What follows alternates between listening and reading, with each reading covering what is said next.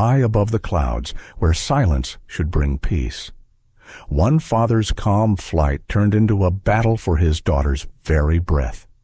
Imagine this: a teenage girl, fragile but full of quiet strength, depending on a life-saving ventilator. Her father, a man of steady resolve, simply wanting to protect her. And then an unexpected act by a flight attendant that would push the entire cabin into chaos. Why would someone sworn to protect passengers try to take away a young girl's only lifeline? Why did a father have to stand between his child and the very people meant to keep her safe? And when the truth came out, what would it mean for everyone on board crew, passengers, and this family caught in the middle? This is not just a story about a flight. It's about dignity, justice, and the courage to speak when silence could mean tragedy. Stay with us as we unfold a night where prejudice met resistance at 35,000 feet and where strangers united to protect a child's right to breathe. If you believe stories like this need to be heard, don't forget to like, share, and subscribe to our channel. Now, let's begin. The lights in the cabin dimmed to a soft glow. That twilight state airlines designed to ease passengers into the long night ahead. Outside, the city of Chicago shrank into a necklace of golden dots, scattered against the black velvet of Lake Michigan. Inside, the hum of the Airbus A350 was steady, almost soothing. A night crossing of the Atlantic, 8 hours between continents, between worlds. Marcus Turner sat in seat 3A, his frame leaning slightly toward the window, though his eyes were not on the view. His gaze rested instead on the young woman beside him, his daughter Naomi. At 16, she had the presence of someone both younger and older all at once. Her skin was smooth, youthful, glowing under the cabin lights, yet her eyes carried a wisdom no teenager should need to possess the wisdom of someone who had faced mortality too many times. Naomi's portable ventilator hummed softly on the floor beside her seat, no louder than the plane's own air system. Its digital screen glowed faintly, numbers blinking steadily, reassuringly. Tubes ran to a slim mask that rested gently against her face, delivering the breaths her body sometimes forgot to take. She wore her favorite hoodie, soft lavender with the phrase "unapologetically black" printed in silver across the front. Her braids, decorated with tiny crystal beads, caught the cabin light every time she moved her head. "Are you comfortable?" baby Marcus asked quietly, leaning closer. Naomi gave him a sideways grin, playful despite the machine at her side. "More comfortable than in that hospital bed. At least here I get free headphones and bad movies." Marcus chuckled, though his laugh carried the edge of worry he could never fully hide. He adjusted his glasses, the kind of simple, square frames that made him look more like a professor than the CEO of a billion-dollar aviation technology firm. His sweater was plain black, his jeans ordinary. He made deliberate choices to appear unremarkable when traveling. It was easier, safer. But he knew, deep inside, no amount of quiet clothing could erase the reality he was a black man moving through spaces where people still questioned his right to be. He had felt those looks in boardrooms, in country clubs, in airport lounges. He had learned to read them instantly, curiosity layered with suspicion, politeness laced with condescension. He carried those scars silently, not because he was ashamed, but because he didn't want his daughter to carry them too. Tonight, though, Naomi was sharp enough to notice. She leaned back in her seat, scrolling through the movie options on the screen in front of her. "Do you think anyone's staring?" she asked, her voice softer now. Marcus glanced across the cabin. Business class was sparsely populated. A middle-aged man in 1C was already on his second whiskey, his tie loosened, his eyes heavy. A young couple in row 4 whispered to each other beneath matching blankets. Across the aisle, an older woman with snowy white hair knitted calmly, her yarn glowing golden under the reading light. No one seemed to be paying them any attention. "Not tonight," Marcus said, his voice steady, his smile reassuring. Not here. But in truth, he wasn't sure. Naomi's ventilator beeped lightly, adjusting its rhythm. Marcus reached down instinctively, checking the settings. The machine was cleared by both the FAA and the airline. He had shown the paperwork 4 times already at check-in, at security, at the gate, and again to the ground supervisor who personally escorted them onto the aircraft. Everything was in order. Still, Marcus carried the thick folder of documentation in the seat back pocket. He carried it the way soldiers carry armor, ready to prove, to defend, to justify his daughter's right to breathe. Naomi noticed his hand on the folder and rolled her eyes gently. "Dad, you're going to wear those papers out. Better worn out than questioned," Marcus replied, though his voice softened at the end. For a while, the flight unfolded like any other. The attendants rolled carts down the aisle, offering drinks and warm towels. Naomi picked orange juice, sipping slowly while Marcus declined everything but water. She pressed play on an action movie, laughing at the absurd explosions, her laughter muffled by the ventilator's gentle hiss. For a moment, Marcus allowed himself to relax. He reached for his tablet, scrolling through quarterly reports. Numbers filled the screen, graphs rising and falling, but his focus drifted back to Naomi every few seconds. He squeezed her hand gently. She squeezed back, a silent rhythm between them. Outside, the Atlantic spread endlessly below, invisible in the dark. The plane climbed steadily, leveling into its long cruise. The captain's voice crackled through the intercom, calm and practiced. "Ladies and gentlemen, we've reached our cruising altitude of 36,000 feet. We'll be serving dinner shortly, then dimming the cabin for your comfort." Naomi sighed dramatically. "Dinner on planes always tastes like cardboard." Marcus smiled. "Then it's a good thing you packed those granola bars." She grinned, pulling one from her bag as if on cue. Yet, beneath the jokes, Marcus felt the familiar knot in his chest. He wanted this night to be uneventful, just a long flight across the ocean. But in the back of his mind, a voice whispered, "It only takes one person to decide you don't belong, one person to look at your daughter and see inconvenience instead of humanity." He shook the thought away. Tonight was supposed to be special. Paris was waiting.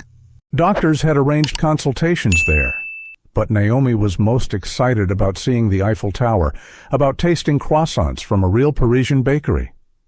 Marcus wanted that for her, a piece of joy, a slice of normal. As the cabin settled, Marcus glanced again at the older woman knitting. She caught his eye, offered a kind smile, then returned to her yarn. Something about her calm presence reassured him. For now, everything was fine. For now. Naomi leaned her head against his shoulder. Her ventilator purred, her eyelids drooped. "Dad," she murmured, half asleep already. "Yes.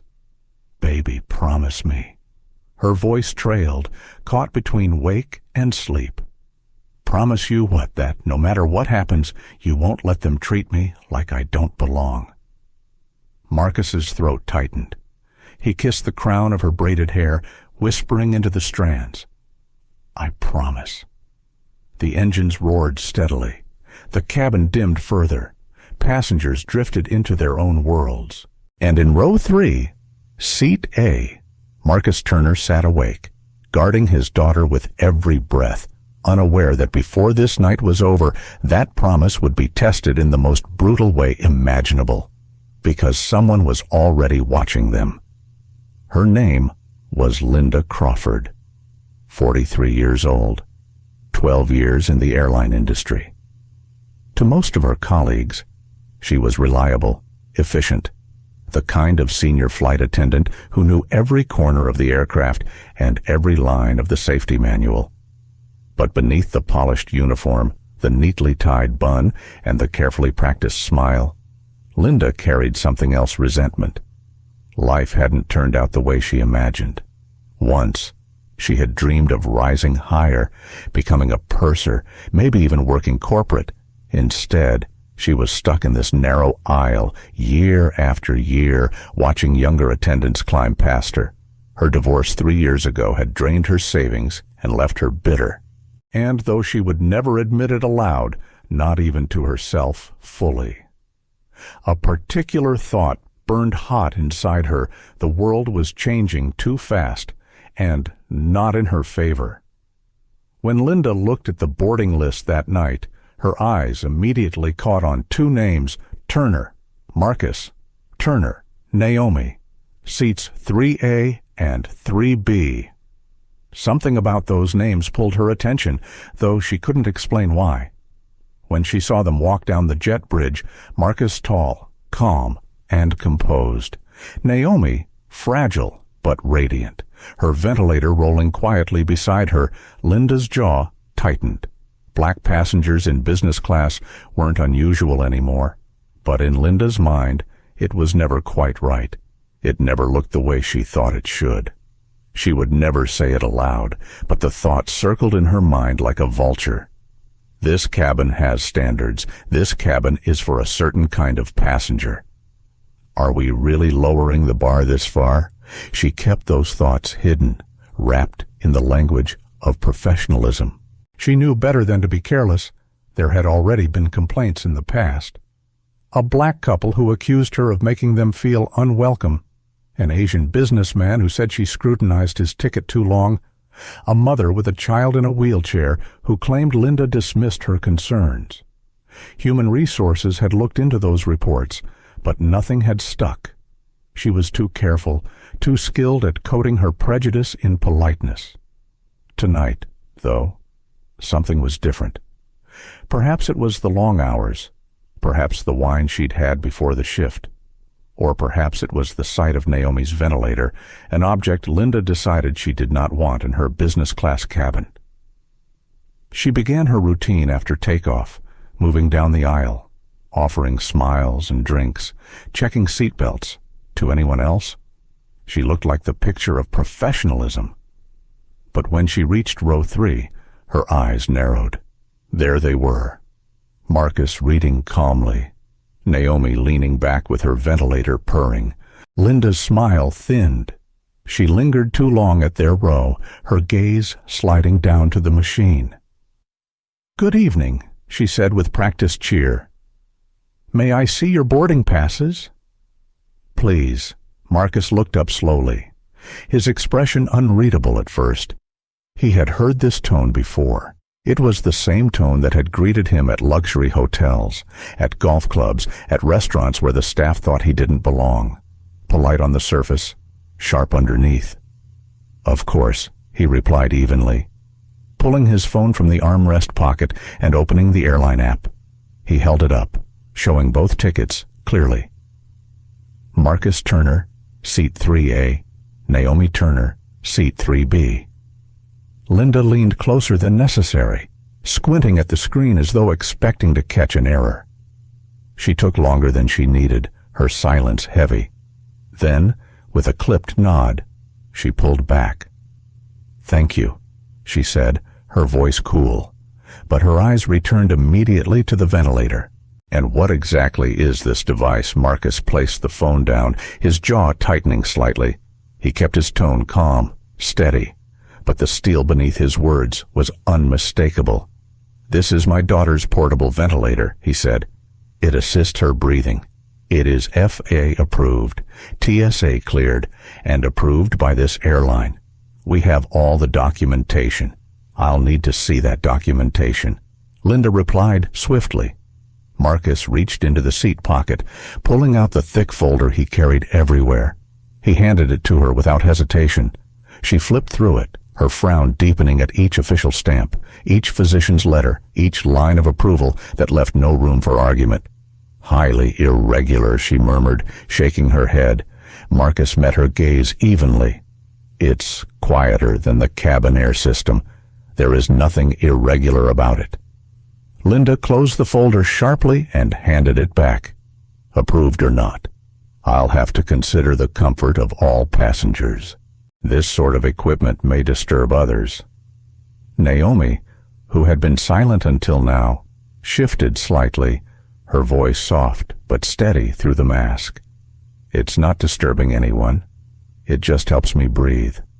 Her words were gentle, but Linda cut her off immediately. Business class has standards, she said flatly. Perhaps you'd be more comfortable in economy. The words hung heavy in the air. Marcus inhaled slowly, forcing his voice to remain level. Are you suggesting, he asked, his tone quiet but razor-sharp, that because of my daughter's medical condition, we don't belong here? Linda flushed, caught for a moment, then covered quickly. I'm suggesting only that economy might be more appropriate for this situation. Across the aisle, the older woman knitting lifted her head, her needles pausing mid-stitch.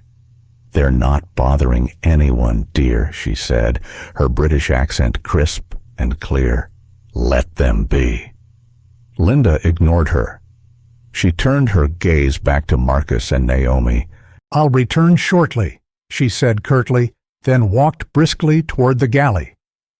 As she moved, her thoughts churned. This isn't right. A machine like that in this cabin, it undermines everything. It unsettles the atmosphere. And those two, I don't care what their documents say. Business class isn't meant for everyone. She tried to bury the thought, to dress it up in the language of procedure, of safety, of standards, but the truth pulsed beneath every justification. She didn't want them there. Back at row 3, Marcus exhaled slowly, his hand tightening on the armrest. Naomi turned to him, her eyes wide with a mixture of fear and frustration. Why does she care so much, she whispered. Because people like her, Marcus said quietly, need to believe they're the gatekeepers. They think they decide who belongs. Naomi bit her lip. Do you think she'll come back? Yes, Marcus replied. His voice was calm, but inside, his stomach twisted. He had seen this pattern before once the questioning began. It rarely stopped. He looked at his daughter's ventilator, at the blinking numbers that stood between her and suffocation, and he felt the first true tremor of fear. Linda stood in the galley, her hands gripping the counter. She tried to calm herself, but her resentment burned hotter. She thought of her colleagues who had been promoted, of passengers who sneered at her, of a world that no longer seemed to respect people like her, and now this father and daughter, settled in seats she didn't think they deserved, daring to bring their medical machinery into her cabin. Her decision hardened. She would not let this pass. She would make them move. The hum of the engines filled the silence. The night stretched endlessly outside. And somewhere deep inside the business class cabin, the first sparks of a storm had been lit. The cabin had grown quieter as dinner service wound down. Trays were cleared, glasses refilled, blankets unfolded. Some passengers leaned back with their eye masks already in place, surrendering to the rhythm of the flight.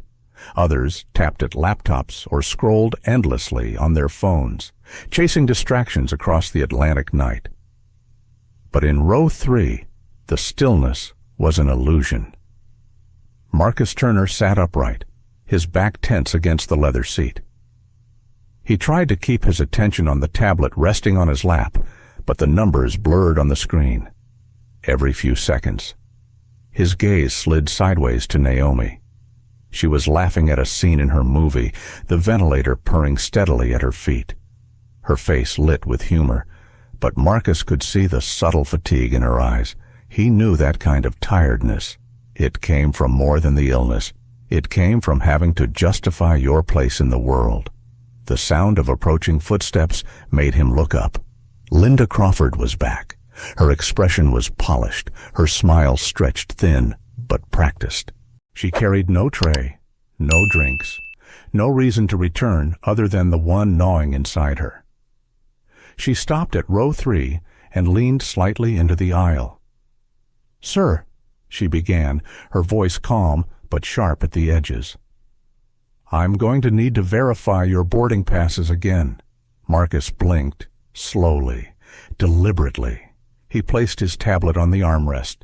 Naomi froze, her eyes darting from her father to the attendant. "You've already seen them," Marcus said. His tone was not aggressive, but it carried weight. "Yes, but I need to confirm," Linda replied quickly. "For my records." Marcus felt the sting of recognition. This wasn't about records. This wasn't about procedure. This was about suspicion, about a woman who had decided he and his daughter did not belong. He reached calmly into the pocket and pulled out his phone again, holding it up for her. The screen displayed the same digital passes as before. Clear. Undeniable. Linda leaned closer than necessary, squinting at the screen as though hoping for a discrepancy to appear.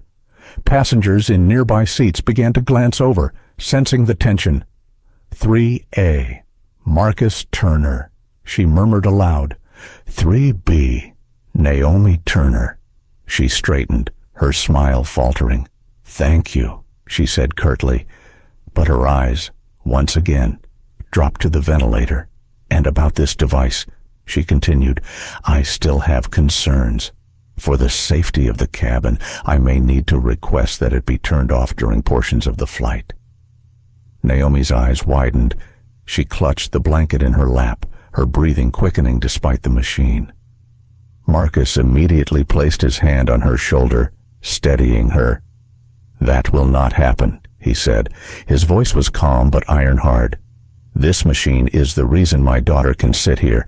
It is FAA approved, medically documented, and cleared by your own airline. It will not be turned off." Linda crossed her arms, ignoring the tightness now forming in the air around her. "Sir, you may not be aware, but electronic devices can interfere with aircraft systems." "That is false." Marcus cut in. His composure never wavered, but his words came sharp and precise. "You've read the documentation. You've seen the approvals. You know this is not a danger." Linda hesitated, then pivoted. "Regardless, the presence of medical machinery can unsettle other passengers. We strive to maintain a certain atmosphere in business class." The words landed like a blade. Naomi's mouth opened, her voice trembling but clear. "Are you saying we don't belong here because of my machine?" Linda's smile faltered, her mask cracking. "I'm saying perhaps economy would be a more suitable environment." There it was, the truth exposed beneath layers of politeness. Marcus inhaled deeply. His instinct screamed to stand, to shout, to call her out in front of the entire cabin. But he forced himself to remain seated, to speak with the calm authority that had built empires. "We purchased these seats," he said. "We belong here, and we will remain here." Across the aisle, the older woman knitting lowered her needles, her eyes, sharp despite her age, fixed on Linda. "He's right," she said firmly. "They are not disturbing anyone. You are the only disturbance here." Linda's cheeks flushed crimson. She turned toward the woman, her professionalism slipping.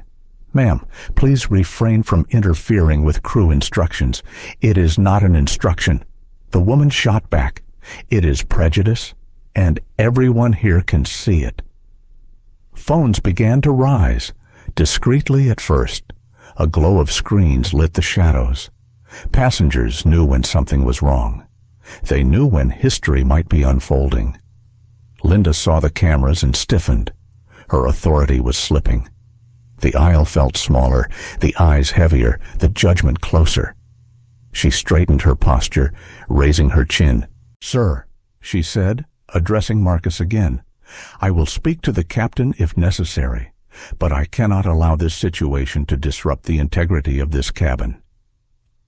Marcus leaned forward slightly, his eyes locking onto hers, his voice low but resonant, carried through the row. "The only disruption," he said, "is the one you are creating." Naomi squeezed his hand under the blanket. Her heart pounded, her chest tight. She whispered, "Dad, maybe it's easier if we just go." Marcus turned to her, his expression softening. He wanted to shield her from all of this, to protect her from confrontation. But he knew what it meant if they gave in. He knew the lesson she would carry for the rest of her life. He leaned close, whispering so only she could hear. "If we move, Naomi, then we're telling her she's right, that we don't belong, and you do belong. You belong everywhere." Naomi swallowed hard, nodding slowly. Tears gathered at the corners of her eyes, but she blinked them back. Linda shifted her weight, sensing resistance. Her frustration grew. She was used to passengers deferring, to her authority being final. But Marcus was immovable, and now others were watching. The businessman in 1C turned around, his glass of whiskey forgotten. "Miss," he said, his voice heavy with disapproval, "they're not causing a problem."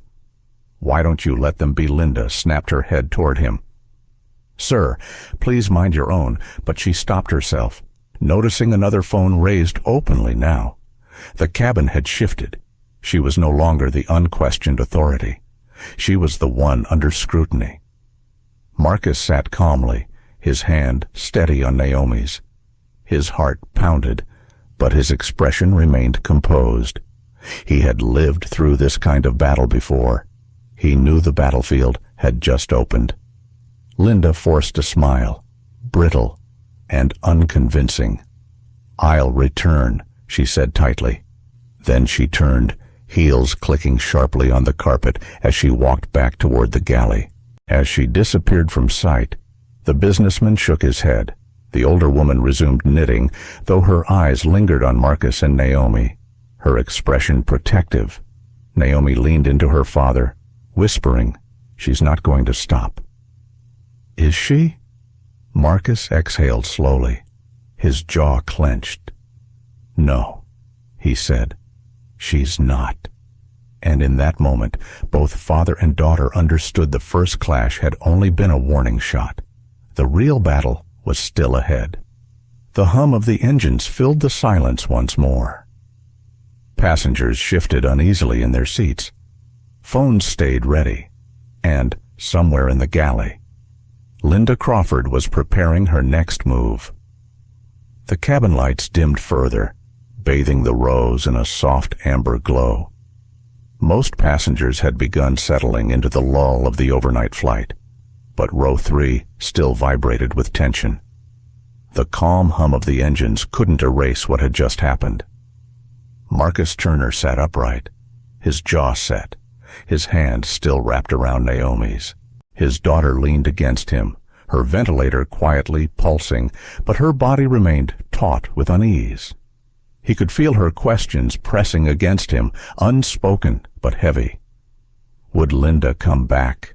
Would this fight escalate? Could she really make them move? Marcus knew the answers, but he didn't voice them. He had learned long ago that silence sometimes carried more strength than reassurance. In the galley, Linda Crawford stood with her arms folded tightly across her chest. She replayed the exchange again and again, her anger growing sharper with each pass. How dare he defy her in front of the cabin? How dare he undermine her authority with that tone of calm defiance? The memory of the passengers filming made her blood heat. This was not how things were supposed to go. She poured herself a cup of coffee, the dark liquid trembling in her hand. Around her, 2 junior attendants worked quietly, avoiding her gaze. They had seen the exchange too. They had felt the air in the cabin shift, and though neither spoke it aloud, they knew Linda had crossed a line. But Linda was already drafting her justification. She would frame it as safety, as procedure, as maintaining the sanctity of business class.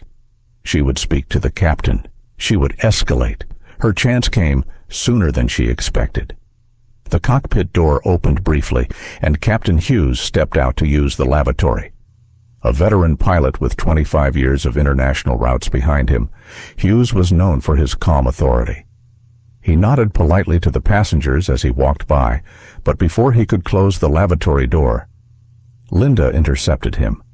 "Captain," she said, lowering her voice but lacing it with urgency. "We may have a situation in business class." Hughes frowned. "What kind of situation?" She gestured subtly toward row 3. "Passenger with unauthorized medical equipment. It could be a hazard. He's becoming confrontational." The captain followed her gaze. His eyes landed on Marcus and Naomi, sitting quietly, not a trace of disruption visible. Naomi's ventilator purred softly, its screen glowing green. Hughes arched an eyebrow. "That looks like an approved portable ventilator," he said. Linda stiffened. "Perhaps, but it's unsettling the cabin. I believe economy would be more appropriate." The captain's expression hardened. "We don't reassign passengers based on appearances. Linda." His tone was firm, but controlled. Linda flushed, scrambling for another angle. "I'm just trying to maintain order." "Order looks fine from here," Hughes replied. "Let me know if there's an actual safety issue." With that, he stepped into the lavatory, leaving Linda seething. Back in row 3, Marcus had noticed the entire exchange. He saw the way Linda angled herself toward the captain, the subtle point in their direction, the captain's measured glance. His stomach tightened. This was exactly what he feared escalation masked as procedure. Naomi shifted closer to him. "She's trying to get the captain involved, isn't she?" Marcus nodded slightly. "Yes, but he doesn't seem convinced." Naomi chewed her lip, her eyes glistening. What if he sides with her? Marcus took a slow breath, steadying himself before answering. "Then we'll deal with that too. But right now, you focus on breathing. Let me carry the rest." Naomi leaned her head against his shoulder, her father's calm radiating into her. But inside, Marcus's mind was racing. He thought of the cameras recording earlier, of the witnesses watching. He knew that visibility was their shield, as long as eyes stayed on them. As long as truth was documented, Linda's power was limited. Still, he felt the familiar weight of history pressing down. How many times had men like him faced this authority, figures twisting rules, society watching silently, justice delayed or denied? His jaw tightened. This time, he promised himself it would be different. Linda returned from the cockpit, her frustration poorly concealed. She plastered on her professional smile and resumed her rounds, but her glances toward row 3 grew sharper, colder. She would not let this go. The businessman in 1C leaned over his seat back. "You handled that well," he said quietly to Marcus. She was out of line. Marcus gave him a brief nod. "Thank you." Across the aisle, the older woman knitting spoke up again, her voice calm, but cutting through the tension. "Don't let her rattle you, dear," she said to Naomi. "I've flown long enough to know when someone's being unfair. You sit tall. You've every right to be here." Naomi managed a small smile. "Thank you," she whispered. Her words carried more weight than she realized.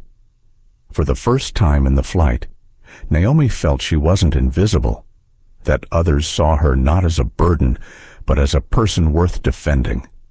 It gave her a flicker of strength, though her chest still felt heavy with anxiety. Meanwhile, Linda hatched her next step. If the captain wouldn't intervene, she would build her case elsewhere. She began speaking quietly to a pair of attendants, framing the Turners as uncooperative, hinting at disruption.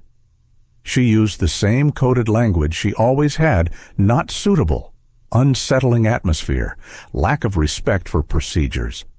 One of the younger attendants frowned. "But they're not doing anything wrong." "Linda, the girl's ventilator isn't loud at all." Linda's smile turned icy. "You're too new to understand. Trust me, if we let things slide like this, it sets a precedent." Her voice carried conviction, but beneath it was the bitter core she couldn't admit even to herself. It wasn't about rules, it was about who she thought belonged. Back in row 3, Marcus closed his eyes briefly, steadying himself. He knew the storm hadn't passed. He could feel it gathering again, heavier, darker. His phone vibrated gently with a message notification, but he ignored it. His attention was wholly fixed on Naomi, her breath syncing with the ventilator's quiet rhythm. He thought about all the battles she had already fought, the hospital stays, the endless doctor visits, the sideways stares from strangers. He had always told her she was strong, stronger than most, but he hated that her strength had to be forged through injustice. Naomi stirred. "Dad, yes, baby. Do you ever get tired?" Tired of always having to fight. Marcus opened his eyes, meeting hers. Her question pierced deeper than she knew. He thought of the countless boardroom battles, the subtle exclusions, the daily grind of proving himself in a world that doubted him at every turn. "Yes," he admitted softly. "I do. But I don't fight for me. Naomi, I fight for you, and for every moment you deserve to live freely, without having to explain why you belong." Naomi swallowed hard, her eyes shimmering. "Then I'll fight too, even if it scares me." Marcus squeezed her hand, pride surging in his chest. "That's my girl." The hum of the engines pressed on, a steady backdrop to the storm building quietly inside the cabin. Most passengers drifted in their own worlds, unaware of the battle lines being drawn just a few rows away. But those who had seen, those who had heard, knew, and their quiet support formed a fragile shield around Marcus and Naomi. Still, Linda wasn't finished. Her pride had been wounded, her authority challenged, and in her mind there was only one way to reclaim control. She would escalate again, this time harder, sharper, louder. For now, though, the cabin rested in uneasy quiet. Marcus leaned his head back, his eyes on the dark stretch of night beyond the window. He knew the pressure was building. He knew the clash would return, fiercer than before. And he promised himself one thing in that moment. When it did, he would not back down. The night sky outside was endless, a dark ocean punctured only by scattered stars. Inside the plane, the cabin hummed with the soft symphony of sleep, the rustle of blankets, the occasional cough, the distant beep of a call button. But for Marcus and Naomi, rest was impossible. The storm was circling back, and they both felt it in the marrow of their bones. Linda Crawford had spent the last half hour pacing between the galley and the business class aisle. She served drinks with a smile, collected trays, and pretended all was normal. Yet her eyes flicked constantly toward row 3. Her thoughts coiled like snakes, each one feeding the next. She had been humiliated in front of passengers, filmed, contradicted. To her, it was not just about procedure anymore. It was personal. She returned to the galley, pulling the junior attendants aside. Her voice was hushed but insistent. "We can't let this continue. That ventilator is inappropriate for this cabin. If we don't act, passengers will complain." One attendant, a young man named Eric, shifted uncomfortably. "But no one has complained. Not once. It's quiet, and she clearly needs it." Linda's eyes hardened. "Eric, listen to me. You're new. You don't understand how these situations spiral. If you want to last in this career, you need to support your lead." Understood. Eric glanced at the other attendant, a woman named Mia, who looked just as uneasy. Neither spoke, but their silence was enough for Linda to claim authority. She straightened her uniform, brushed her hair back, and decided it was time. The confrontation would escalate. Back in row 3, Marcus felt the tension thickening. He adjusted Naomi's blanket, keeping his movements calm and deliberate, but his heart was pounding in anticipation. He had learned to read people like Linda. He had seen the type all his life, those who believed control equaled worth. Those who couldn't bear the idea of people like him occupying spaces they guarded. He knew she was coming back, and she did. Her heels clicked softly against the carpet as she approached. Her expression sharpened into something colder than professionalism. She stopped at their row, her posture rigid, her voice louder than before. "Sir, I'll need you and your daughter to relocate to economy immediately." The words sliced through the hushed cabin. Several passengers stirred, pulling off eye masks and earbuds, glancing curiously toward the source of the disturbance. Marcus's head lifted slowly. His eyes locked onto hers. His voice, low but unshaken, carried through the aisle. "No." Linda blinked, momentarily thrown by the simplicity of it. "Excuse me," Marcus sat taller. "We will not move. We purchased these seats. We are entitled to them. We are staying." Naomi's hand trembled in his, but her eyes stayed fixed on her father. Her ventilator hummed, a steady rhythm that seemed louder now against the tense silence. Linda's lips pressed into a thin line. She raised her voice further, projecting authority. "Sir, you are disrupting the cabin. If you don't comply, I'll be forced to escalate this matter to the captain and potentially involve federal authorities upon landing." Gasps rippled through nearby passengers. The businessman in one seat leaned forward, his brow furrowed. "This is ridiculous," he muttered, not quietly enough. The older woman knitting set her yarn aside completely. "They're disrupting nothing," she said, her voice sharp as a blade. "You are."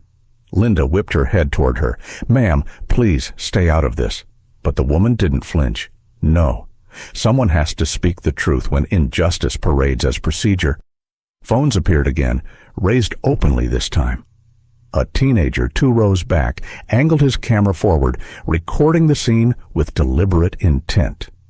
Linda noticed, her throat tightening, but she pressed on.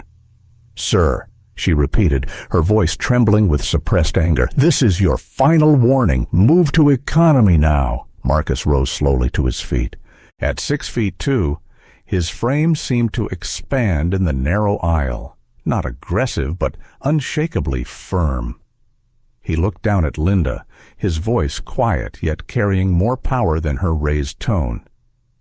"Do you know what you're doing right now?" he asked. Linda faltered. "I'm maintaining order."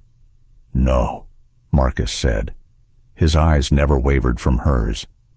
"You are targeting us. You are abusing your authority, and you are making a decision that will not stand."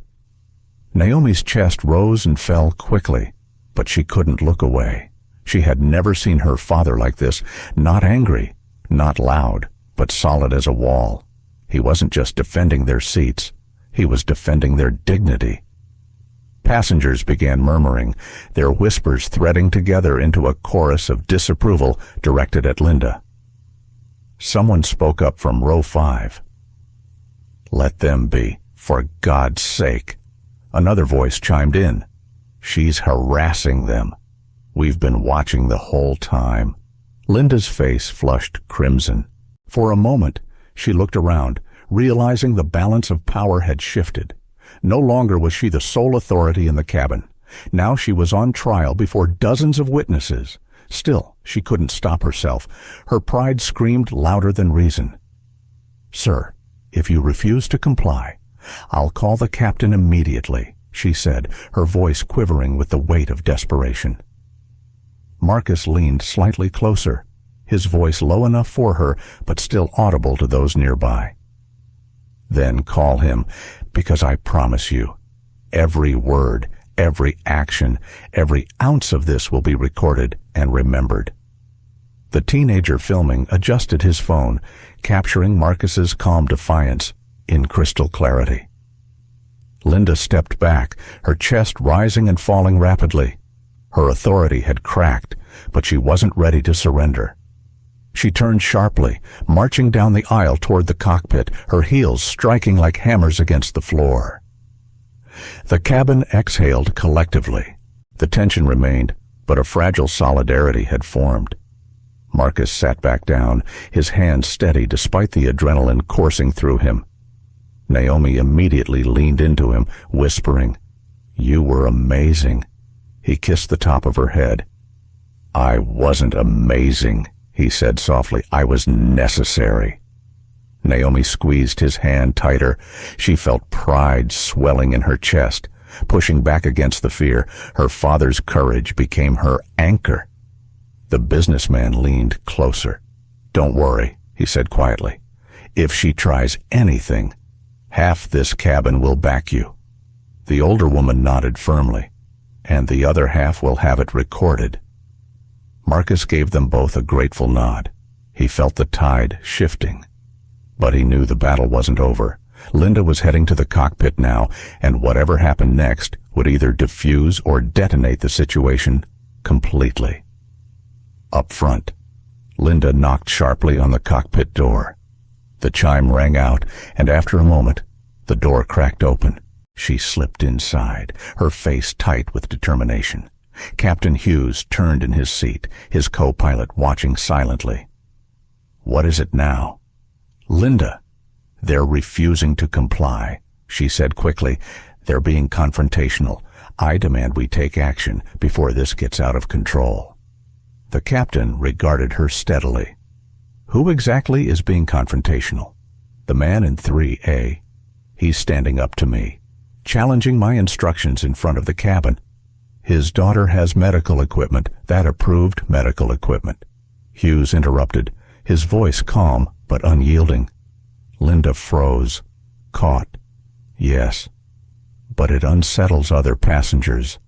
The co-pilot glanced at Hughes, then back at Linda. "From what I saw, the only one unsettled is you." Linda's face flushed. "You don't understand. If we let them stay, it undermines order." The captain leaned forward, his eyes narrowing. "No, Linda, what undermines order is prejudice masquerading as policy."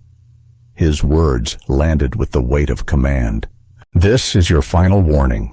Return to your duties and treat those passengers with respect, or I'll be filing a report myself." Linda's mouth opened, but no words came. The realization hit her like cold water. She had overplayed her hand. She turned stiffly, exiting the cockpit. But as the door closed behind her, the fury inside her only grew. She had been challenged not once, but twice by the passengers and now by the captain. And though reason begged her to let it go, her pride screamed louder. The storm was far from over. The cabin's quiet hum returned after Linda left the cockpit, but beneath it ran a current of tension strong enough to rattle bones. Marcus Turner leaned back in his seat, his eyes closed, though his body was taut as steel wire.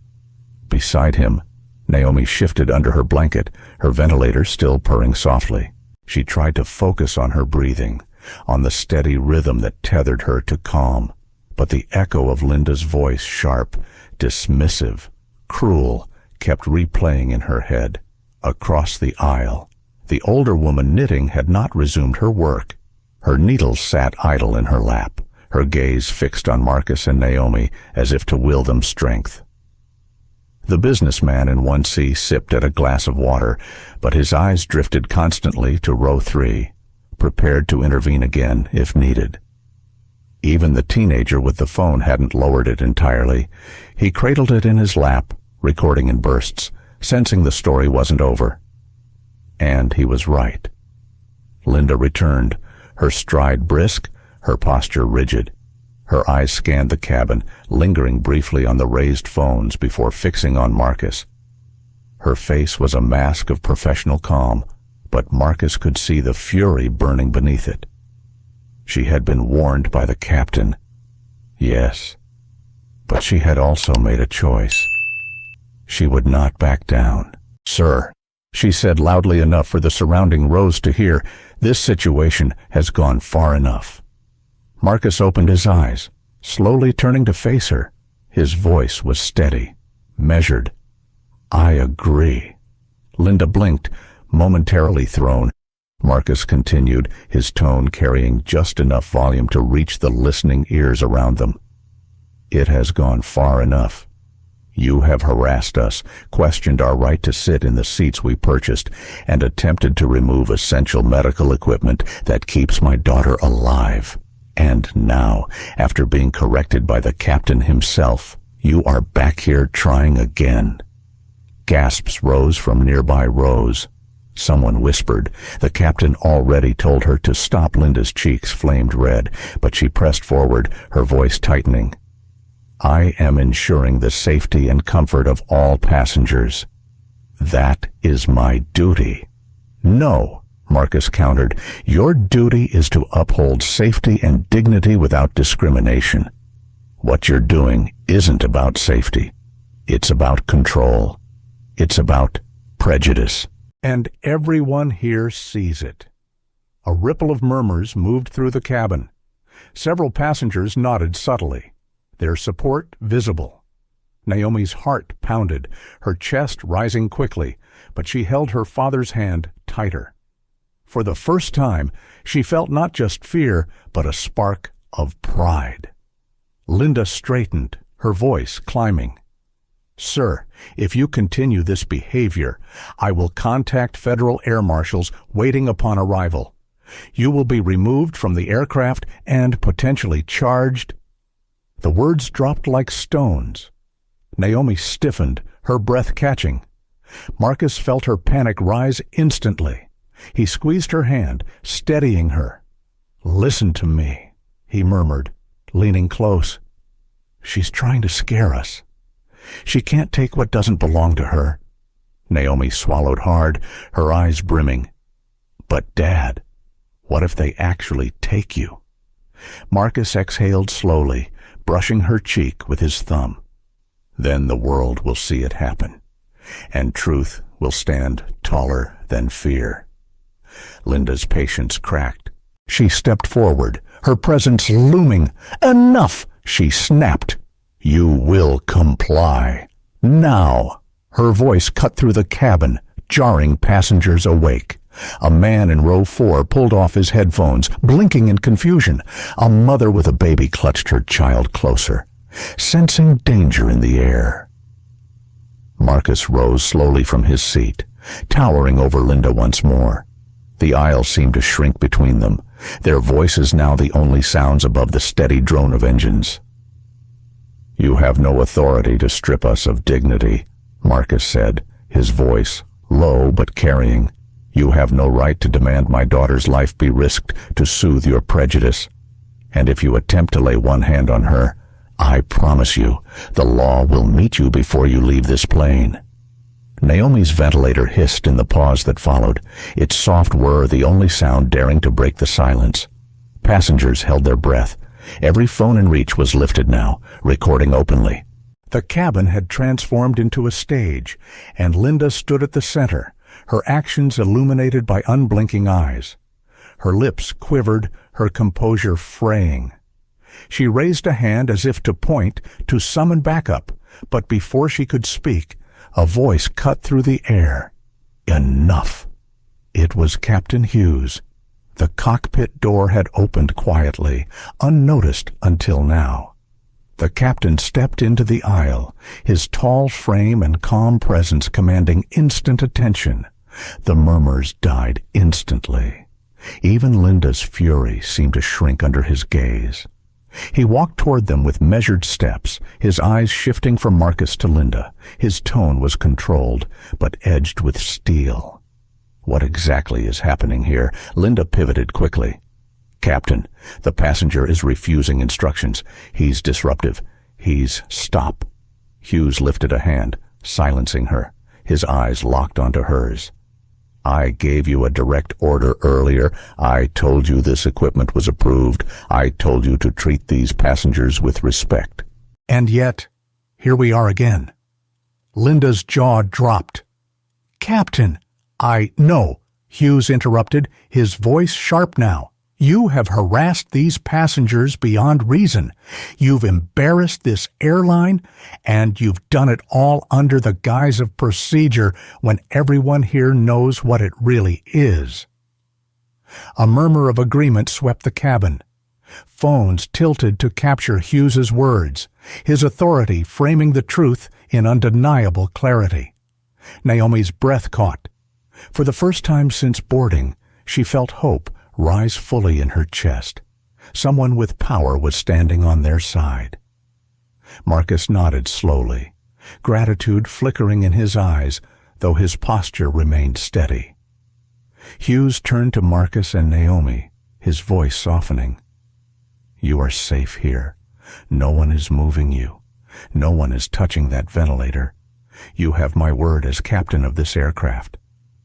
Naomi's eyes filled with tears, her chest loosening. "Thank you," she whispered. Hughes gave a small nod before turning back to Linda. His tone hardened once more. "Return to the galley, now. We will speak after landing." Linda stood frozen, her face pale beneath the dim lights. She looked around, seeing only judgment in the passengers' eyes, only phones raised like mirrors reflecting her actions back at her. For the first time, she had no words.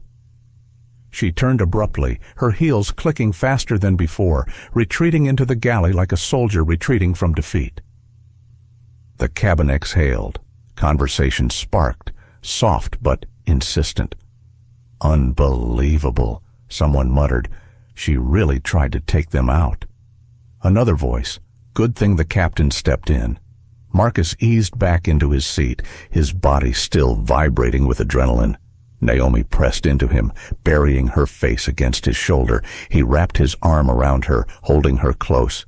"You were right, Dad," she whispered. The truth stood taller. Marcus kissed the top of her head. "Always." The cabin slowly returned to its rhythm, though the tension lingered like smoke after fire. The passengers who had witnessed it would not forget. Neither would Marcus. Neither would Naomi. But Marcus knew something deeper now. This was no longer just about one flight, one confrontation, one night. This was a battle etched into the fabric of life itself. The fight for dignity, for belonging, for truth against prejudice that refused to die. And at 36,000 feet, that battle had just broken open for the world to see.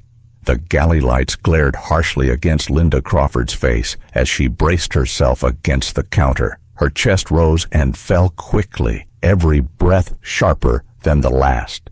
The captain's words still echoed in her mind, heavy with judgment, cutting through the armor she had worn for decades. "You've embarrassed this airline. You've harassed these passengers beyond reason." She replayed it again and again, each syllable stinging her pride. The humiliation had been public. Dozens of eyes, dozens of cameras, all capturing her undoing. She had been stripped of control, her authority shattered in front of people she believed should defer to her. Her hands trembled as she poured water into a plastic cup. She drank in short, furious gulps, trying to calm herself. But the rage only grew. Eric, the young attendant, entered quietly, pausing when he saw her expression. "Linda, maybe you should just let it go." The captain made his call. Linda's eyes snapped toward him, sharp enough to make him flinch. "You don't understand," she hissed. "If we let this slide, it sets a precedent. They think they can defy crew instructions, and what happens the next time? Chaos. That's what—" Mia, the other junior attendant, leaned cautiously against the wall. But they weren't defying safety. They were just sitting in the seats they paid for. Everyone knows it. Linda slammed the cup onto the counter, water splashing out. "Do you think I've made it 20 years in this job by letting passengers walk all over me? No. Order matters. Authority matters." Her voice lowered, dark and insistent. "And I'll get it back." The words hung in the air like smoke. Eric and Mia exchanged uneasy glances. Neither wanted to be complicit, but neither dared challenge her outright. They had seen what happened to those who crossed senior crew members. Linda leaned closer, her eyes narrowing. "Here's what we'll do. I'll draft an incident report before landing. I'll frame it as a refusal to comply with lawful instructions, creating a hostile environment. I'll include statements about other passengers being unsettled. Once federal authorities see it, they'll have no choice but to act." Mia's voice shook slightly. But the passengers were supporting them, not complaining. Linda's smile was thin, bitter. Perception can be shaped. A few words here, a few omissions there. People will believe the crew over a passenger, especially him. Eric's stomach turned. He knew exactly what she meant by him. It wasn't about rules. It never had been. Linda continued, her voice gaining momentum. "When we land, security will be waiting. He'll be detained. The girl will be reassigned for her own safety." "And I'll be vindicated," Mia whispered. "That's not justice." Linda's eyes flashed. "That's order."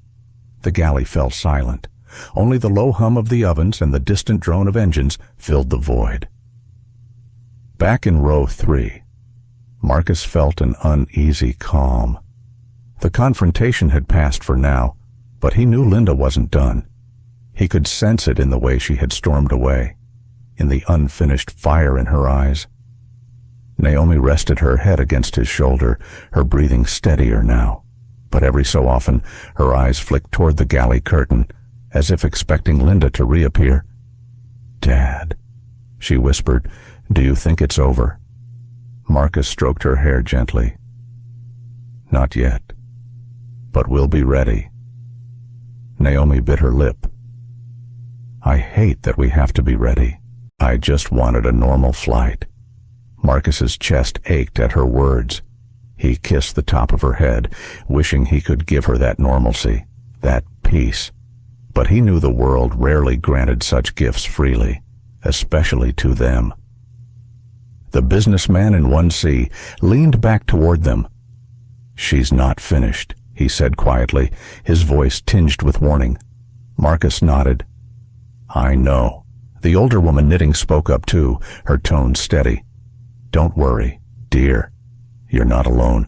We saw everything. If she tries again, we'll stand with you." Naomi's eyes shimmered with gratitude. "Thank you," she whispered. The cabin's solidarity felt real now, not just murmurs, but a promise. Yet Marcus knew solidarity could be tested when authority came crashing down. He had seen witnesses fall silent before, fear outweighing justice. He prayed this time would be different. In the galley, Linda began scribbling notes on a clipboard, her handwriting sharp and jagged. She wrote of non-compliance, of verbal hostility, of passengers expressing discomfort. Each word twisted truth into something darker, something weaponized. Mia watched in silence, her conscience warring with her fear. She thought of Naomi's small, pale face, of Marcus's calm strength, of the blatant injustice.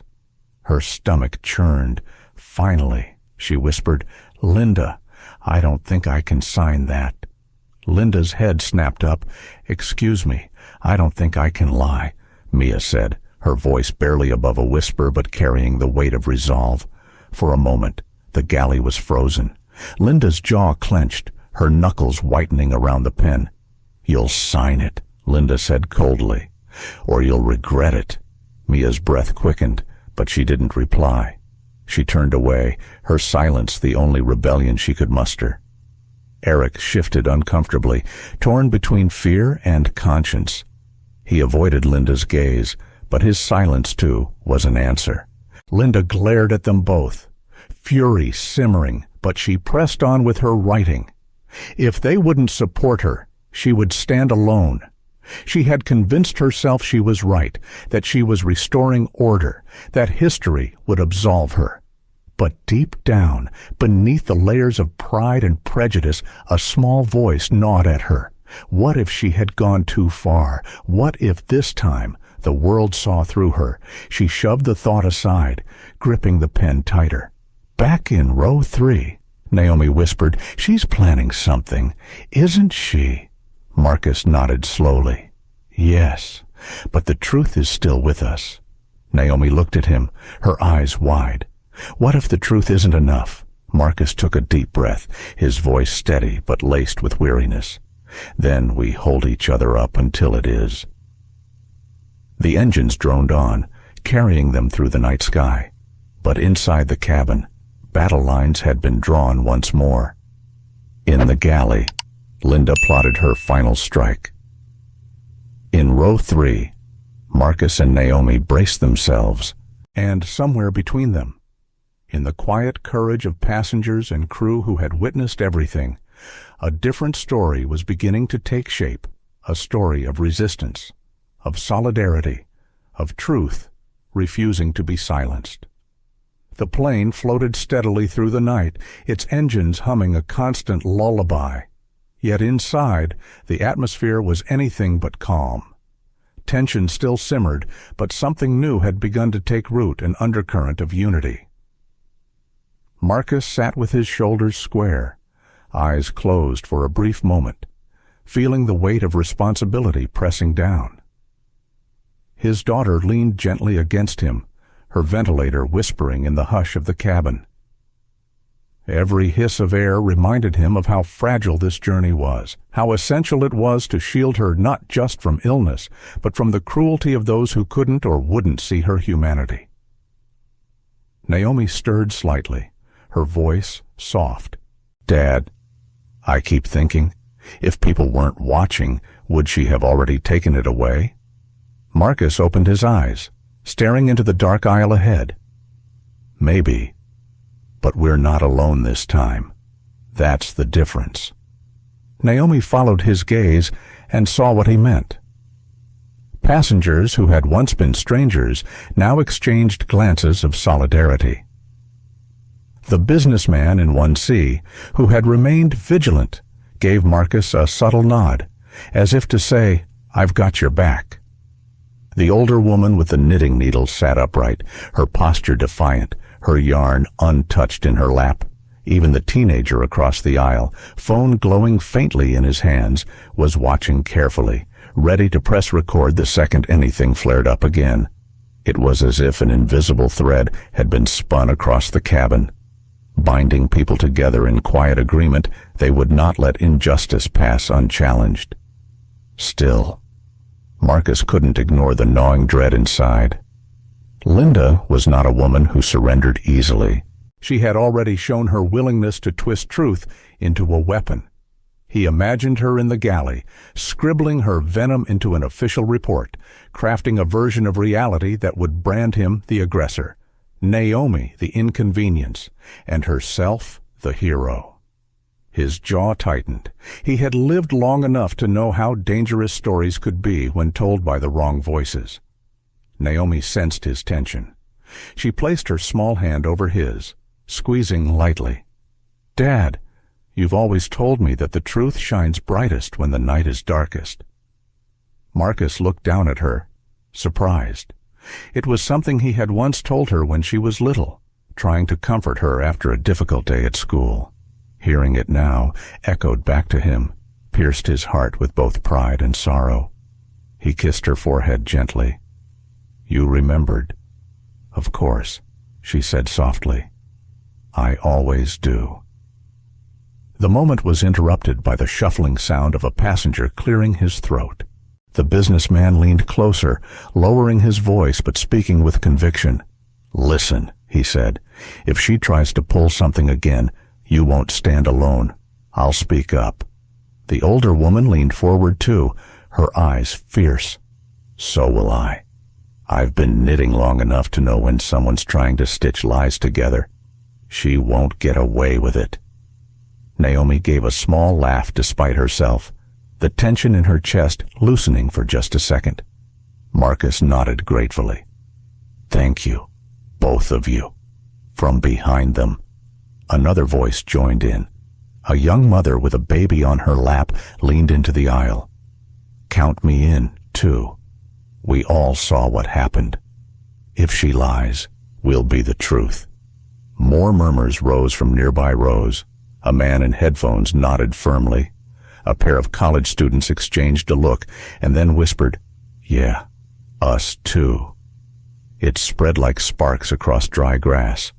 One by one, passengers added their quiet agreement, pledges of solidarity rippling through the dim cabin. Some spoke softly, others simply raised a hand in acknowledgement, but the message was clear. Marcus and Naomi were no longer two against many. They were two with many. Naomi's eyes shimmered, her throat tight. For so long, she had felt invisible, dismissed, made small by the stares and whispers of others. But here, thousands of feet in the air, strangers were choosing to see her, to stand with her. It was overwhelming in a way she couldn't put into words. Marcus felt the shift as well. It was subtle, but undeniable. The balance of power in the cabin was no longer in Linda's hands. Even if she returned with fire, she would face not just him, but a wall of witnesses unwilling to let her rewrite the truth. Yet still, doubt gnawed at him. He had seen solidarity fracture under pressure before. He had seen good people shrink when authority flexed its muscle. He prayed this time would be different. Up in the galley, Linda scribbled furiously, her report swelling with fabricated details. Passenger became aggressive. She muttered under her breath as she wrote, raised his voice, threatened crew. Her pen moved faster, weaving fiction into something that looked like fact. Eric stood a few feet away, arms crossed tightly, his jaw tense. He had stayed silent too long, but his conscience roared louder with each passing moment. Finally, he spoke. "Linda, this isn't right." She froze, her pen hovering. "Excuse me, you're lying," Eric said, his voice trembling but steady. "He never threatened you. He never became aggressive. He just stood his ground." Linda's eyes narrowed, venom flashing. "Are you accusing me of misconduct? I'm saying the truth matters," Eric replied, "and if you hand that report in, I won't back it." Mia, emboldened, stepped closer. "Neither will I." Linda's face twisted, caught between rage and disbelief. She had expected their silence, their complicity. Instead, she found resistance. "Your children," she spat. "You don't understand how this works. The airline will take my word over any passengers, over yours too." Eric swallowed hard. Not if there are videos. Not if everyone saw. The words struck like a blow. Linda faltered. The truth she had tried to bury, forcing its way back into the light. She turned away sharply, clutching the report to her chest, but the certainty in her plan was eroding. Back in the cabin, Marcus noticed movement. Passengers were adjusting in their seats, leaning into the aisles, subtly keeping watch toward the galley curtain. Their body language carried a message. "We are ready," Naomi whispered. "It feels different now, like they're with us." Marcus nodded slowly. "Yes. For the first time tonight, it feels like the scales are tipping." The older woman leaned across the aisle, her knitting needles glinting faintly in the cabin light. "You hear that, young lady," she said to Naomi. "Sometimes justice needs witnesses, and tonight you've got a cabin full." Naomi's lips curved into a small, trembling smile. "Thank you." The captain remained in the cockpit, but his earlier intervention lingered in the atmosphere like a protective shield. Everyone knew he had taken a side, the right side, and it emboldened the passengers further. For a moment, the cabin grew quiet again, but this time it wasn't silence born of fear. It was anticipation, a collective waiting. If Linda returned with more fury, she would not find a silent cabin. She would find a community ready to rise. Marcus felt his chest loosen for the first time since boarding. He wasn't naive. He knew the battle wasn't over. But tonight, On this plane, he was reminded of something vital. Injustice might shout the loudest, but truth had a way of gathering voices, and together, those voices could be thunder. The cabin lights had been dimmed for hours, but no one on board could truly rest. The atmosphere carried a strange, electric charge, as though everyone knew the storm wasn't over. The engines droned steadily, but inside, row 3. Marcus Turner sat with his eyes wide open, every muscle in his body wound tight. His daughter Naomi dozed against him, though her sleep was fragile, punctuated by shallow breaths and sudden twitches. The ventilator's rhythmic hiss was the only true metronome of calm. Marcus's gaze flicked toward the galley curtain. Beyond it, he knew Linda Crawford was plotting her next move. He could almost feel her anger seeping through the fabric, the way hatred sometimes carried a presence all its own. A sudden shift in the curtain confirmed his fear. Linda emerged, her steps deliberate, her posture rigid with determination. In her hand was a clipboard, its pages covered with hastily scrawled notes. Her face was pale, but her eyes burned with stubborn fire. The passengers stirred as if on cue. Phones rose discreetly, then openly. The businessman leaned forward, his jaw set. The older woman clasped her needles tightly, no longer knitting but ready to use her voice. The young mother adjusted her baby on her lap, sitting straighter. The tension thickened instantly. Linda stopped midway down the aisle, projecting her voice with the authority of someone who still believed she held the upper hand. "Attention," she announced. "As lead flight attendant, it is my duty to ensure the safety of every passenger on this aircraft. Unfortunately, one passenger has consistently refused to comply with instructions, creating a hostile environment. An official incident report has been filed. Upon landing, security will board the plane, and action will be taken." A murmur rolled through the cabin, but it wasn't fear, it was outrage. Someone whispered, "That's not what happened." Another voice hissed, "She's lying." Marcus rose slowly, careful not to jostle Naomi. His presence filled the narrow aisle, steady and resolute. He met Linda's eyes without flinching. "You've twisted the truth enough," he said, his voice calm but resonant. "Every soul on this plane knows what happened, and every phone in this cabin has recorded it. You can write whatever you want, but you cannot erase the truth." Linda's jaw tightened. "Passengers don't dictate order. Crew members do. Your refusal to comply endangers us all." Naomi stirred, her voice trembling but audible. "He never refused. He only protected me." Her words struck the silence like a bell. All eyes turned to her, this fragile girl with the ventilator humming at her side, finding courage in the middle of chaos. Linda faltered for half a beat, but pressed on. "Sweetheart, this isn't about you. This is about your father's behavior." Naomi's eyes filled with tears, but she held her ground. "No, this is about you not seeing me, not hearing me. You don't care if I breathe or not, and that's why you want to take it away." Gasps rippled through the cabin. The businessman in 1C slammed his hand onto his armrest. "Enough is enough. We all saw what happened. She's lying." The older woman rose shakily to her feet, her voice quivering but strong. "I've lived long enough to know injustice when I see it. Captain or not, I'll testify against this nonsense." Other passengers joined in. The young mother lifted her voice. "We'll all testify." The teenager, who had been recording since the beginning, raised his phone high. "It's all here," he declared. "Every word, every action. The world will see it." Phones began tilting toward Linda, cameras glowing like dozens of unblinking eyes. Her authority was dissolving before her very own eyes. Her face contorted. "Put those phones away. Recording is prohibited." "No, It's not, the businessman snapped. Not when someone's life is on the line. Mia, the junior attendant, emerged cautiously from the galley, her voice trembling but clear. He's right. We all know the truth.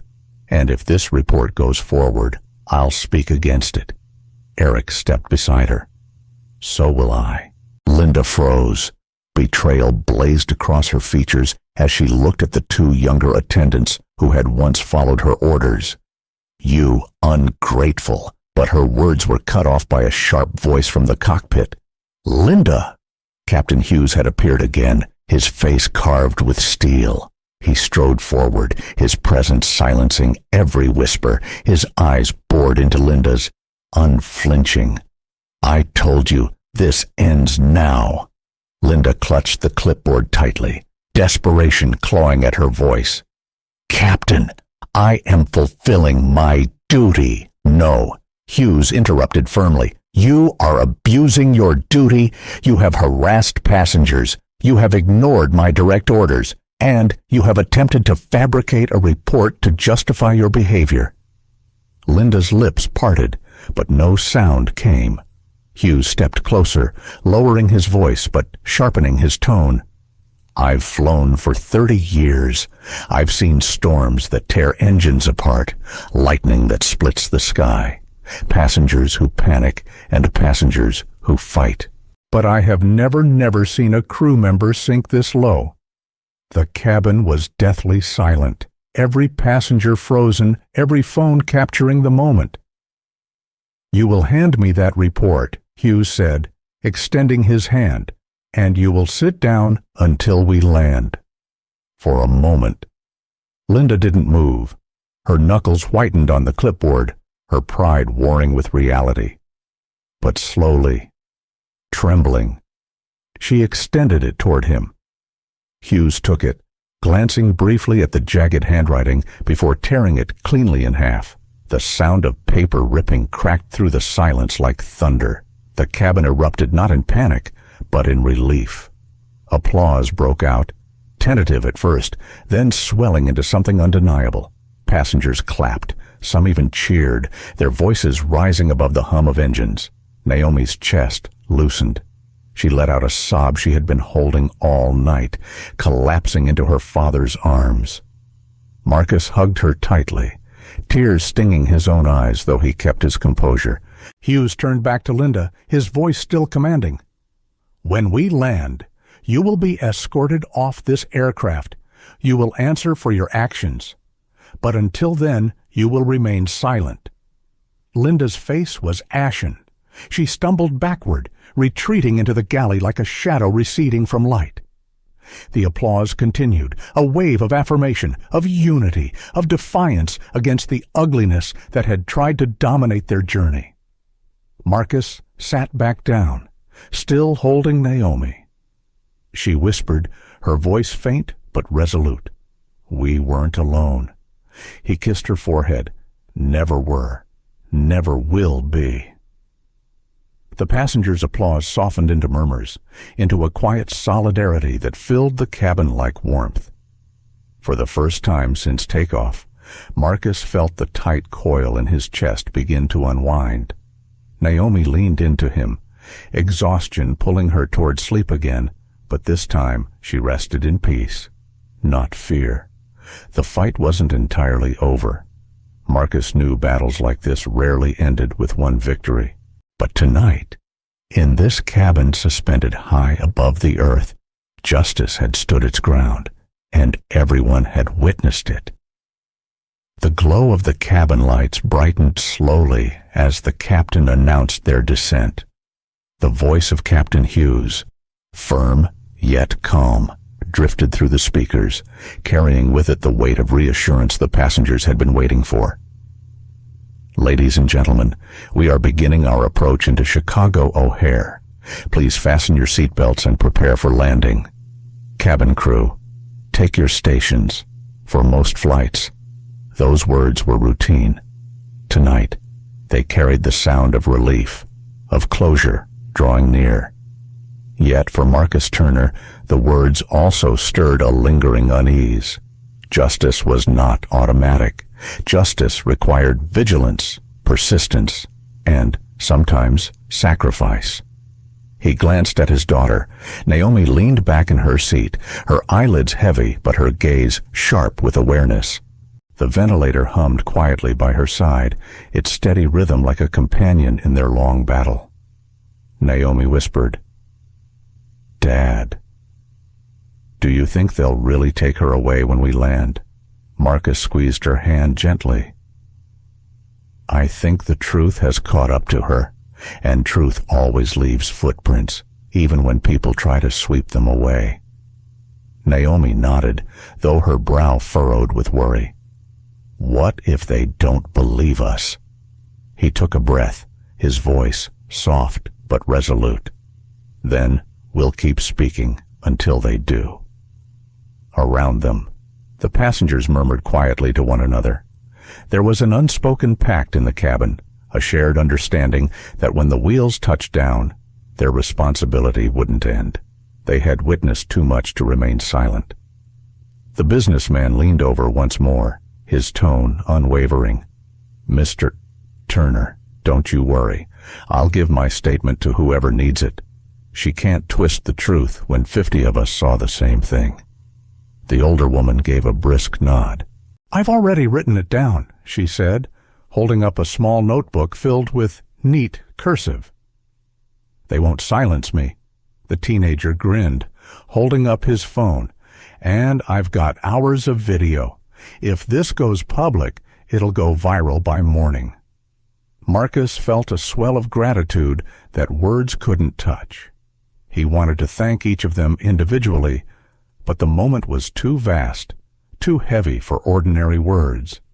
Instead, he nodded, his expression carrying the gratitude of a father who had fought too many battles alone and was finally surrounded by allies.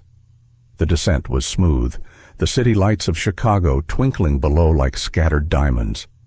But inside, tension grew. Linda Crawford remained hidden in the galley, silent but seething.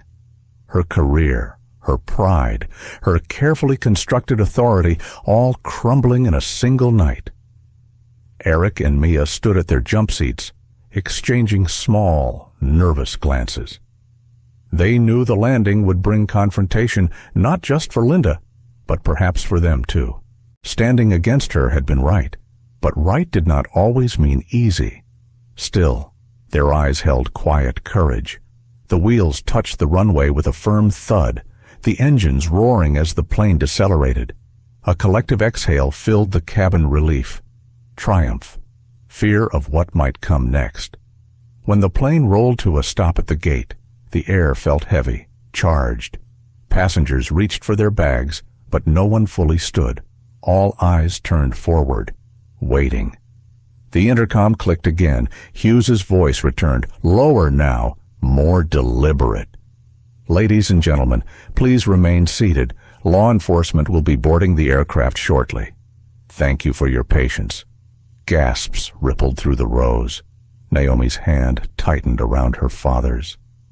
Marcus kissed her forehead and whispered, "It's all right.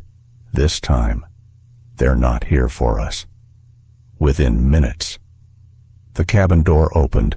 2 uniformed federal officers stepped inside, their presence commanding silence.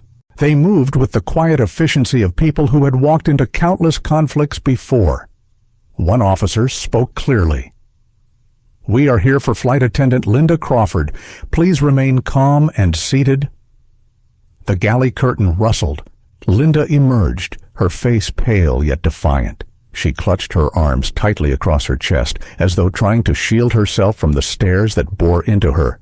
"This is absurd," she snapped. "I was maintaining order. These passengers are exaggerating." The officer raised a hand, cutting her off. "Ma'am, you'll have an opportunity to explain yourself during our investigation. For now, you are required to come with us." Linda's eyes darted across the cabin. Every face she met reflected the same truth she had lost. Phones glowed in hands. Witnesses stared with unflinching resolve. There was no refuge here. Her lips trembled, but she straightened her posture. trying one last time to reclaim dignity. You're making a mistake.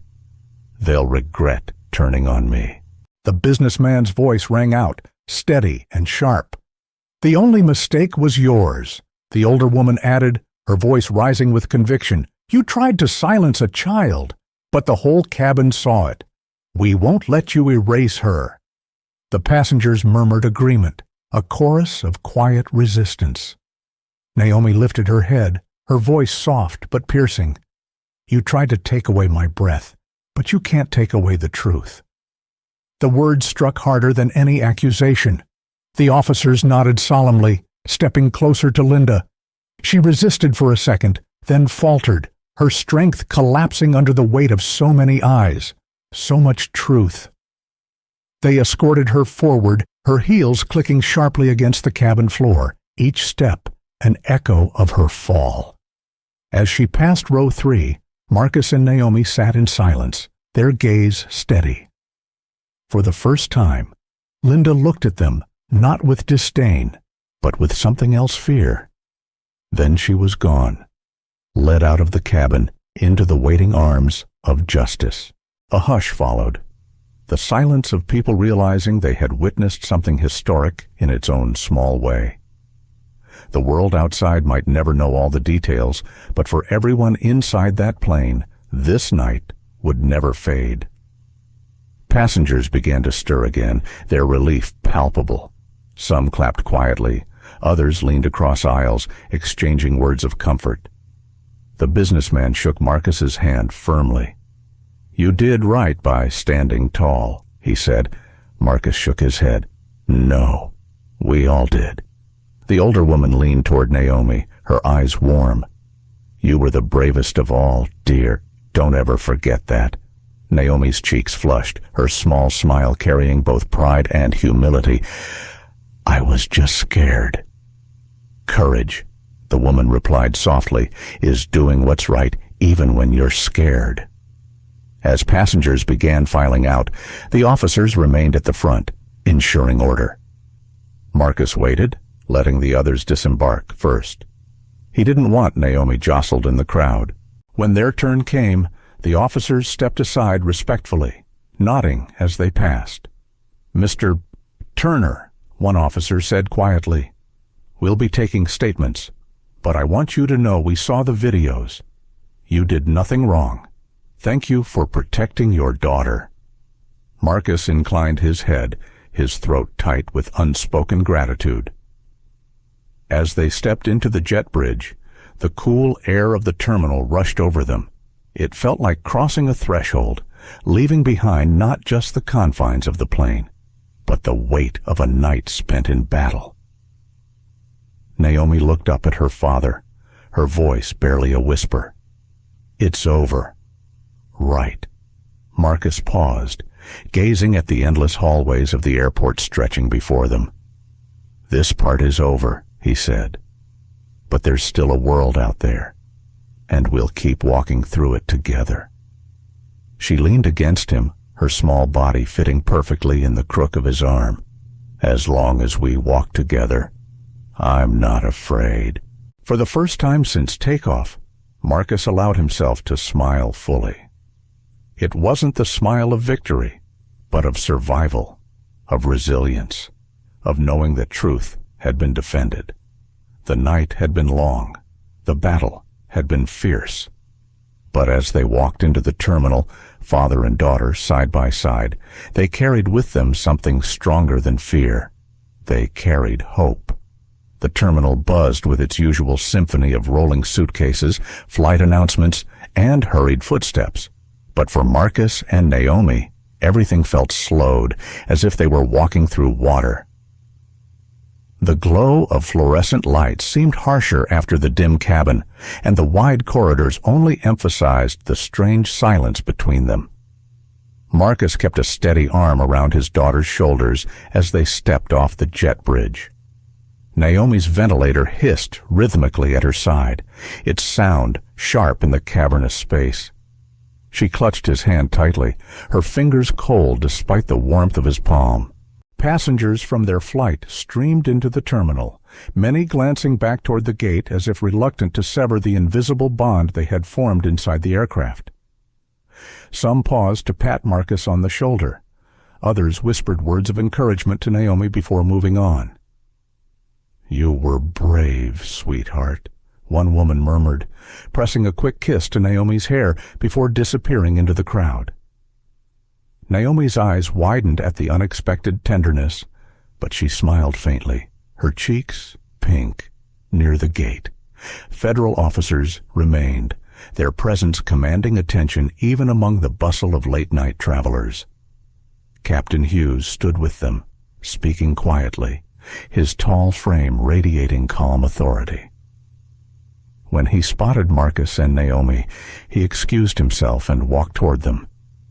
"Mr. Turner," Hughes said, his tone gentler now. "Thank you for your patience.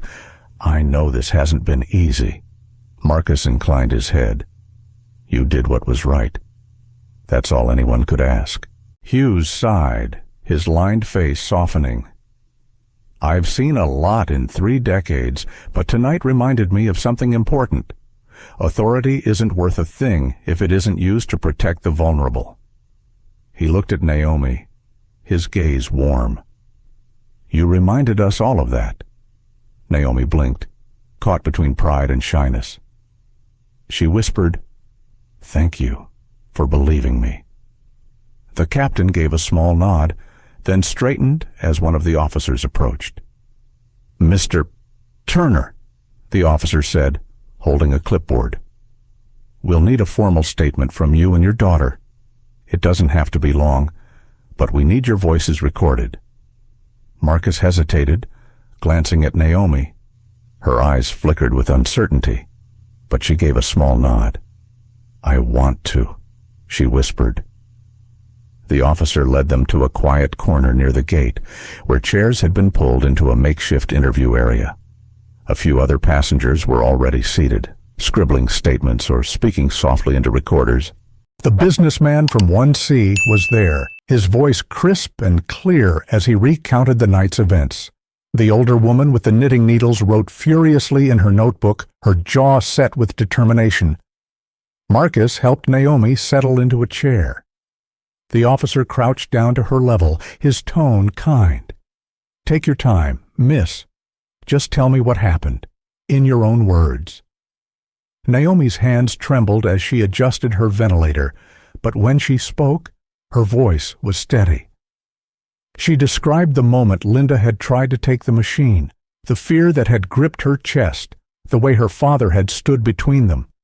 She recounted the passengers rising, the cameras recording, the sense of being seen at last. At one point her voice cracked, and Marcus reached for her hand. She squeezed back, gathering strength. I just wanted to breathe," she whispered. "I didn't want to cause trouble. I only wanted to breathe." The officer's eyes softened, but his pen never paused. "You did exactly what you should have, and your courage tonight matters." When Naomi finished, Marcus gave his own account. His voice was measured, but beneath the calm lay a deep well of restrained anger. He spoke of Linda's words, her actions, her refusal to see Naomi as more than an inconvenience. He spoke of the fear he felt, the battle between wanting to remain composed and needing to protect his daughter at all costs. When he finished, the officer nodded solemnly. "Thank you. Mr.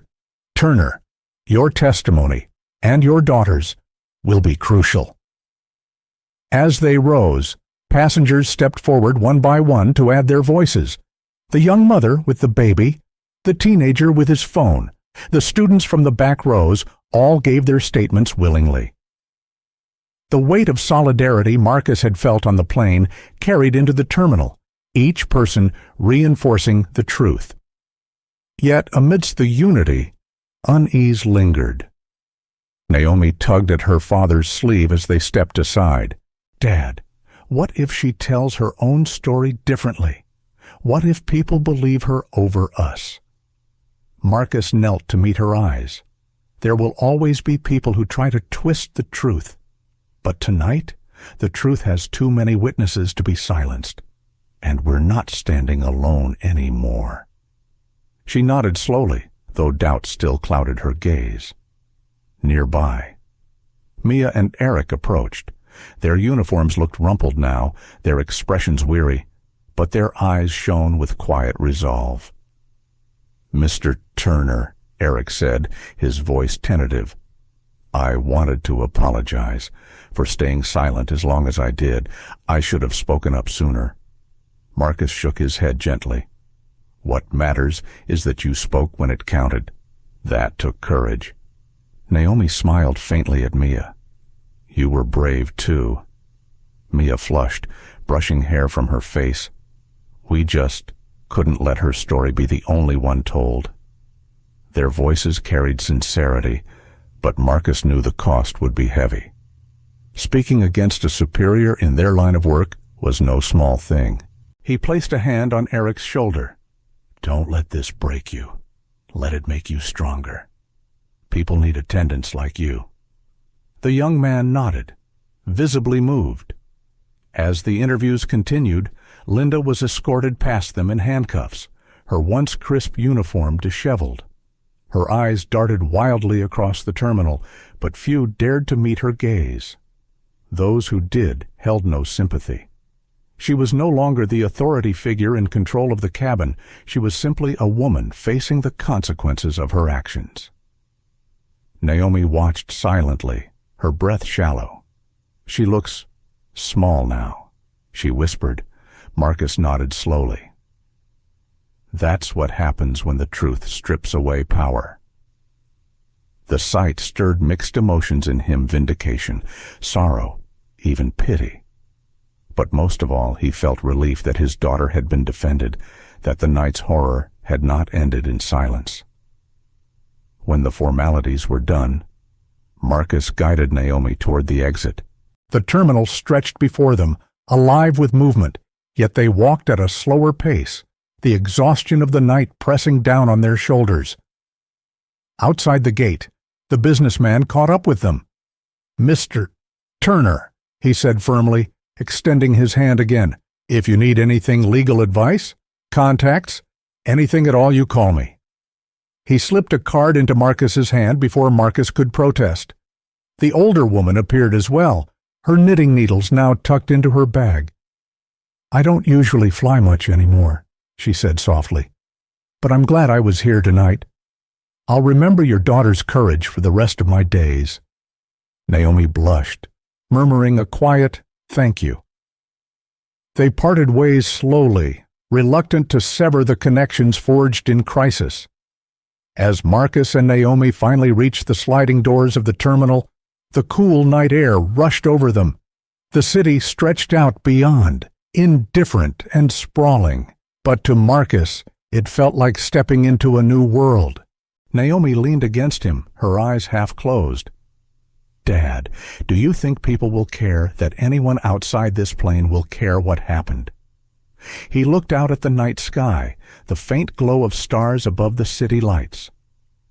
"I think they will," he said, "because this wasn't just about us. It was about what's right, and people still care about that, even if sometimes it takes a fight to remind them."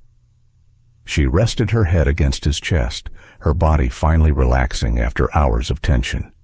And in that moment, surrounded by the noise of the terminal and the rush of night air, Marcus knew one thing for certain: the fight wasn't over. But they had won a battle that mattered, a battle that proved truth could still rise, even in the most hostile skies. The taxi ride from O'Hare was quiet, the kind of silence that wasn't empty but heavy with everything left unspoken. The hum of tires on asphalt filled the gaps between breaths, and city lights blurred past the windows in streaks of yellow and white. Marcus sat with his arm around Naomi, who leaned her head against his shoulder. She looked exhausted, her eyelids fluttering with the weight of the night. Yet even in her fatigue, she clung to wakefulness, as if afraid that falling asleep would mean surrendering to the shadows of what had happened. Her ventilator hissed softly, that steady rhythm grounding them both. Marcus found himself listening more intently to the sound than ever before. It wasn't just a machine. It was her breath, her life. And tonight, it had nearly been stolen, Naomi whispered, her voice thin. Dad, why did she hate me so much? Marcus's chest tightened. He stroked her hair slowly, searching for words that could soothe without lying. Sometimes, sweetheart, people see others not for who they are, but for what they've already decided in their minds. They carry anger, prejudice, fear, and they put it on anyone who looks different, anyone who doesn't fit their picture. Naomi's eyes shimmered. But I didn't do anything wrong. No, you didn't, Marcus said firmly, his voice breaking. You just existed, and that should always be enough. But some people can't see past their own hate. That's not your fault. It never was. She was quiet for a long moment, staring at the passing lights. Then she asked, barely audible, will it always be like this? Will I always have to fight to be seen? The question struck Marcus to his core. He wanted to promise her a world better than this one, a life without cruelty. But he couldn't lie. He had lived too long, seen too much. He kissed her forehead. You may have to fight. Yes, but you won't fight alone. As long as I breathe, I'll stand with you. And tonight showed you something else. You're not alone anymore. Strangers stood with us. People who could have stayed quiet chose to speak. That means something. Naomi closed her eyes, her small body relaxing against him. A single tear slipped down her cheek, but her grip on his hand loosened, finally allowing herself to drift toward sleep. Marcus turned his gaze to the city beyond the window. Chicago stretched endlessly, alive with noise and movement, indifferent to the storm that had raged on their flight. Yet he felt changed, as though the world had shifted slightly on its axis. He thought about the businessman who had spoken so boldly, the older woman who had written her testimony with trembling hands, the teenager who had raised his phone without hesitation. He thought about Mia and Eric, risking their careers for integrity, and Hughes, who had chosen truth over loyalty to protocol. And he thought about Linda Crawford, her anger, her arrogance, her downfall. Even in his relief, there was a flicker of sorrow. What must it be like to carry such hate in one's heart, to let it consume the very thing you were supposed to protect? The taxi pulled into their quiet neighborhood. The streets were lined with trees whose leaves whispered in the late-night breeze. The driver stopped in front of their home, and Marcus paid him with a soft word of thanks. Carrying Naomi inside, Marcus felt the weight of the night settle deeper into his bones. He laid her gently in her bed, adjusting her ventilator carefully, ensuring the tubes were secure. She stirred, murmured something incoherent, then sank into a deeper, more peaceful sleep. Marcus lingered by her bedside, watching her chest rise and fall. Every breath was a reminder of what they had nearly lost. His heart ached with love so fierce it felt like pain. In the quiet of the house, he allowed himself to release the tears he had held back all night. They slid silently down his face, soaking into the collar of his shirt. He wept not just for the cruelty they had endured, but for every child who had ever been unseen, unheard, endangered by prejudice masquerading as authority. He wept because he knew this night was not an isolated incident. There would be others, other battles, other injustices, and yet, even through his grief, a strange hope flickered. Tonight, people had stood up, people who didn't share his blood, who didn't know his story, had chosen to bear witness. They had chosen courage, and in that choice, Marcus saw a truth he could cling to. Hate might roar loudly, but it was never the only voice. He sat by Naomi's bed until dawn painted the sky with streaks of pale pink. Birds stirred in the trees outside, their songs faint but insistent, like a promise that life goes on.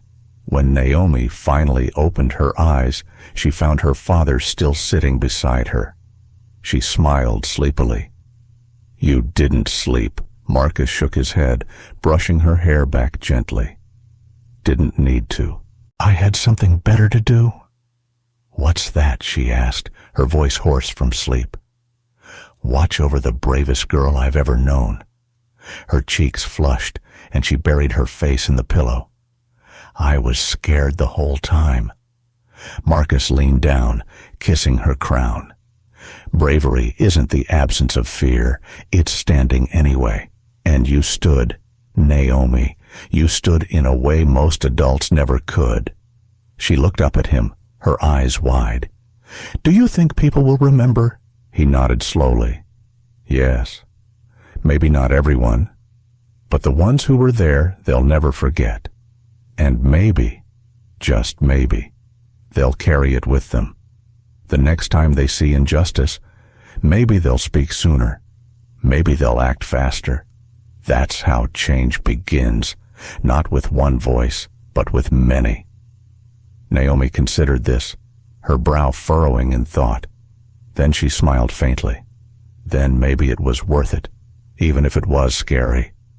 Marcus's throat tightened. He pulled her into a hug, holding her close. "It was worth it.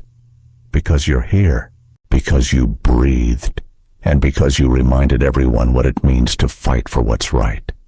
The house filled with the warmth of morning light, and Marcus felt the weight of the night ease, just a little. The battle wasn't over. It might never be over. But for now, they had survived. For now, they had hope. And sometimes, hope was enough to carry them into the next fight. As the wheels touched the ground and the night finally ended, one truth remained clear: no one should ever have to fight for the right to breathe. What Naomi endured on that flight was more than a personal struggle. It was a reflection of a society that still wrestles with prejudice and abuse of power. Yet out of the darkness came something extraordinary: the voices of strangers who refused to stay silent, who chose to stand on the side of justice. This story leaves us with questions that go far beyond the cabin of a plane. How many times has silence allowed injustice to thrive? How often have we looked away instead of stepping forward? And most importantly, will we choose courage when it matters most? Marcus and Naomi's journey reminds us that love, dignity, and truth are worth defending, even in the face of hostility.